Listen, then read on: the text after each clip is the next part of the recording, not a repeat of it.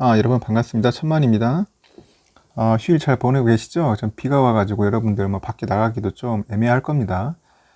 그래도 뭐 여러분들 휴일은 잘 보내셔야겠죠. 편하게. 하여튼 잘 보내시리라 믿고요. 이번 시간에는 그 삼성전자에 관련된 그 수익입니다. 수익. 연 수익이 한 16% 정도는 가능하다. 이렇게 외치는 분이 있더라고요. 이분 이름이 보니까 그 이나무 씨라네요. 이나무 씨. 이나무. 보니까 뭐 연대 뭐 멘토, 연세대 멘토로서 활동하시는 분인데 뭐 이력은 화려해요. 뭐 JP 모건의 뭐 동북아시아 담당 애널리스트 했던 것 같아요. 메릴 린치의 한국법인 공동대표, 뭐 삼성증권 초대 리서치 센터장, 1세대 한국 헤지펀드 매니저, 뭐 30대 젊은 나이에 국내외 금융업계에서 화려한 이력을 남긴 뭐 투자 전문가라고 합니다. 나이는 한 56세 정도 되는 것 같아요. 삼성에 관련된 이야기가 있어서 한번 여러 가지 내용을 여러분들에게 간략하게 한번 이야기 들려드릴게요.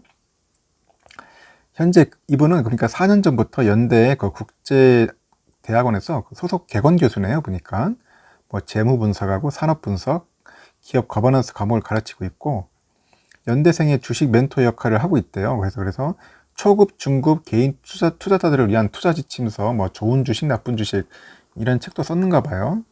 그래서 그는 안정적인 수익을 올려줄 좋은 주식으로서는 뭐 패밀리 기업이나 뭐 브랜드 가치가 높아지는 기업, 아니면 대규모 R&D로 진입 장벽을 쌓는 기업을 꼽았어요. 반대로 이제 피해야 할 주식은 화려한 사옥을 짓는 기업, 그리고 내수 시장에서 장사하는 기업, 그리고 정부의 간섭을 받는 기업을 꼽았네요. 이 교수는 그 국내 증시의 그 대장주인 삼전에 대해서 이런 말을 했습니다. 지난 10년간 배당을 포함해서 매년 수익률이 약 16%였다. 그래서 그 정도의 수익률이 앞으로도 5년 정도는 간답니다. 5년 정도는 가능할 것으로 보여서 매력적이다. 이렇게 전망을 해요. 그는 삼전의 그 적정 주가 수준에 대해서는 2022년에 영업이익을 한 70조로 봤습니다. 70조 정도를 보고 있고요. 올해 연말이나 내년 초 무렵에는 한 9만 5천 원에서 9.5에서 9만에서 한 11만 5천 원 정도로 이제 예상을 하는 것 같습니다. 그렇게 이제 하고 있어요. 현재 그 좋은 주식, 나쁜 주식 관련된 그 책을 뭐 집필한 이유가 뭐 이렇다네요. 그 연세대에서 재무 분석하고 산업 분석, 아까 기업 거버넌스 3개 과목을 가르치고 있다고 했는데 이론보다는 실무 위주하고 시장에서 일어나는 일을 뭐 이론과 접목해서 가르치고 있다고 하고요. 컨텐츠는 한 3, 4년 해오니까 쌓였는데 이걸 일반인 투자 교육용으로 어떻게 활용할 수 없을까 고민하다가 이제 뭐 책을 쓴 것 같아요. 그래가지고 가을부터 4달 동안 집필에 몰두를 했다고 합니다. 그래서 이분 처음으로 낸 책이라고 하네요. 보니까 뭐 예전에 삼성증권 리서치 센터장을 할 때도 뭐 고민을 했다고 하는데 하여튼 뭐 초급에서 중급자까지 읽을 수 있는 책을 쓴 거라고 하고요. 이분은 코스피 3000에 대해서 이제 이야기가 있어요. 해줄 말들이 있는 것 같은데 보니까 외국인들은 지수 자체는 그 큰 의미를 두지 않는 것 같다고 봅니다. 지난 한 10에서 20년 동안 외국인 매매의 상당 부분이 알고리즘 기계 주문 위주로 바뀌었다고 하네요. 그래서 외국인이 얼마를 팔고 샀다는 게 방향성이나 규모로는 큰 의미가 없다고 보고 있습니다. 다만 그 뮤추얼 펀드나 헤지 펀드로 나눠 보면은 그 뮤추얼 펀드가 벤치마크 하는 게 이제 MSCI 코리아 지수라고 합니다. 그래서 코스피 3000이면은 올해 기준으로 주가 수익 비율 퍼가 한 13에서 14배, 배당 수익률은 1.5% 가량 된다고 하네요. 그래서 올해 이익이 많이 증가한다는 가정에 그 정도라고 봅니다. 과거와 역사나 다른 신흥국과 비교할 때 저평가는 아니라고 부담을 느끼는 것 같다고 하네요. 그래서 업종별, 종목별로 호재가 별로 없다고 보고 있고요. 한국은 대형주 가운데 성장하는 기업이 없다는 얘기를 외국인들이 많이 한다고 하네요. 그래서 그나마 성장 모멘텀이 보였던 배터리 주식도 지금 폭스바겐 악재로 괜히 주가가 묻어버렸잖아요. 그래서 뮤추얼 펀드 입장에서는 현재 시장은 상당히 좀 부담이 가는 수준이라고 느끼는 것 같다고 평가를 하고 있고요. 그리고 헤지펀드들은 그 공매도가 기본적으로 어렵기 때문에 최근 잠잠하다고 합니다.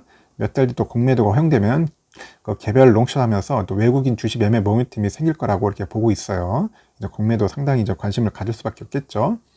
그리고 국민연금 매도 관련해서 또 이야기가 있어요. 보면 정치권이나 일부 개인 투자자 연합에서 이런 얘기를 하는 것이 넌센스라고 생각한답니다. 이분은 국민연금은 가이드라인이 있고 중장기 자산 배분 원칙을 지키는 게 가장 중요하다고 보고 있고요.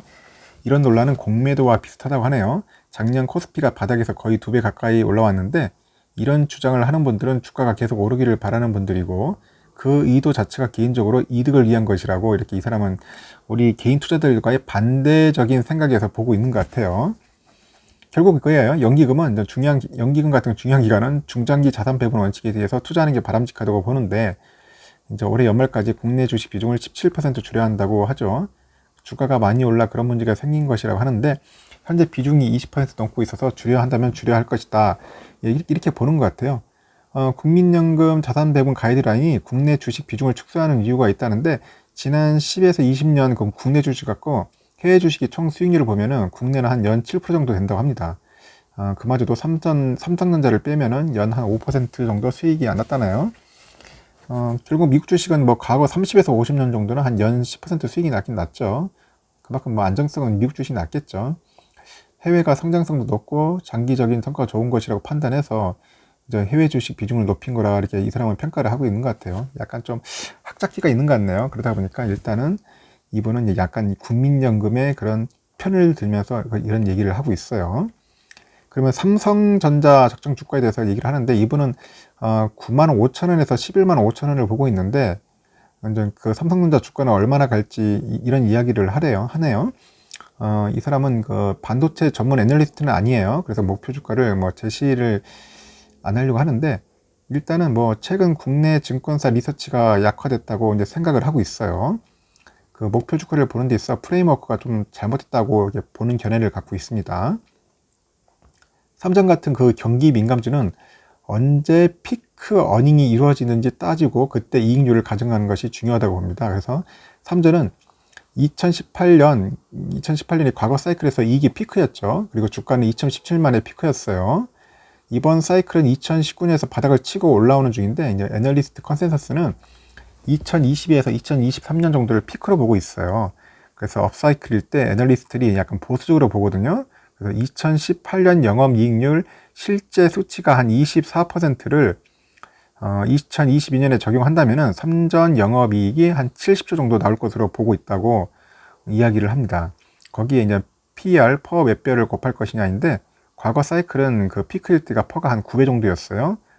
근데 이분은 아직 저금리이고 이제 삼전 배당률도 높아졌기 때문에 과거보다는 목표 PER이 좀 높아져야 한다고 보고 있어요. 그래서 PER을 한 12에서 15배를 보는 것 같아요.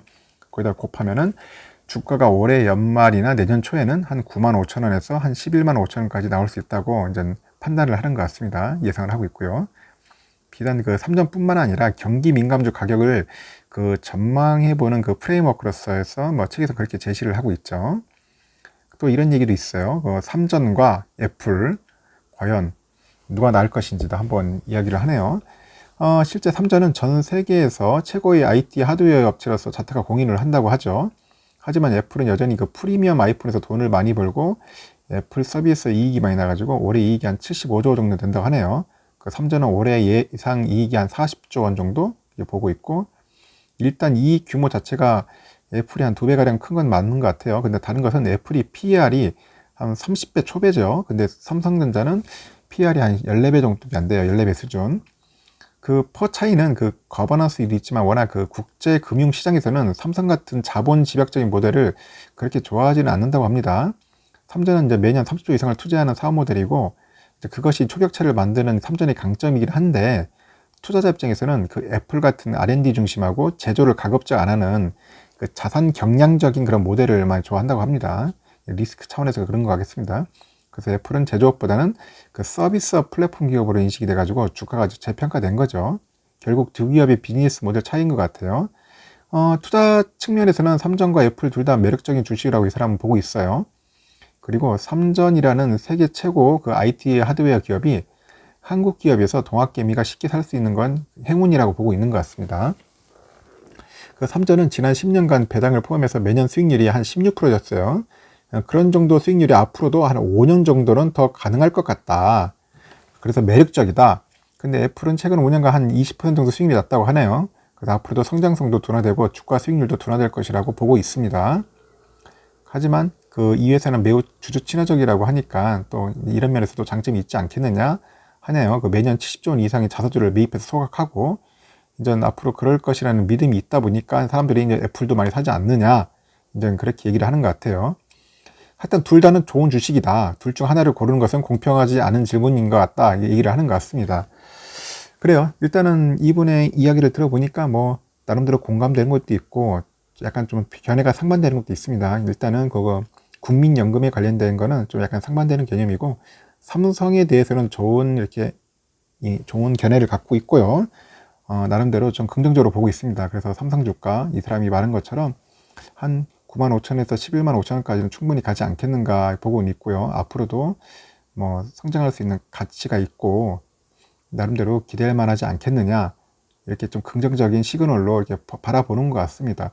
하여튼 주식 전문가나 다양한 뭐 슈퍼 개미들이나 그리고 증권사 유명한 애널리스트들도 삼성에 대해서는 좋게 보고 있는 것은 사실이에요. 그래서 여러분들, 제가 볼 때는 삼성전자는 믿고 신뢰할 수 있는 기업이라고 해도 과언이 아닌 것 같습니다. 저뿐만 아니라 우리 다양한 투자자들도 그렇게 생각하고 있고 우리 구독자분들도 그렇게 생각하고 계실 거예요. 그래서 여러분들 삼성전자 믿고 잘 판단하셔서 투자하시면 좋을 것 같습니다.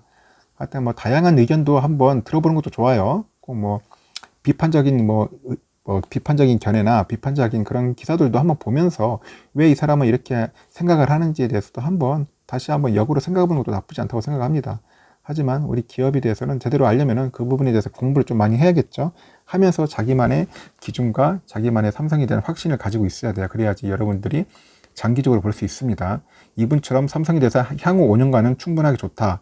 어떤 분은 10년, 어떤 분은 20년 그렇게까지 보는 분도 있습니다. 저는 그래요. 저는 천만은 그래도 최소 10년은 보고 있습니다. 여러분들은 몇 년을 보고 있고 얼마까지 투자하는지 저도 굉장히 궁금합니다. 좋은 의견이 있으면 댓글 달아주십시오. 영상 이걸로 마치겠습니다. 여러분들 하여튼 편안한 휴일 저녁 보내시길 바라겠습니다.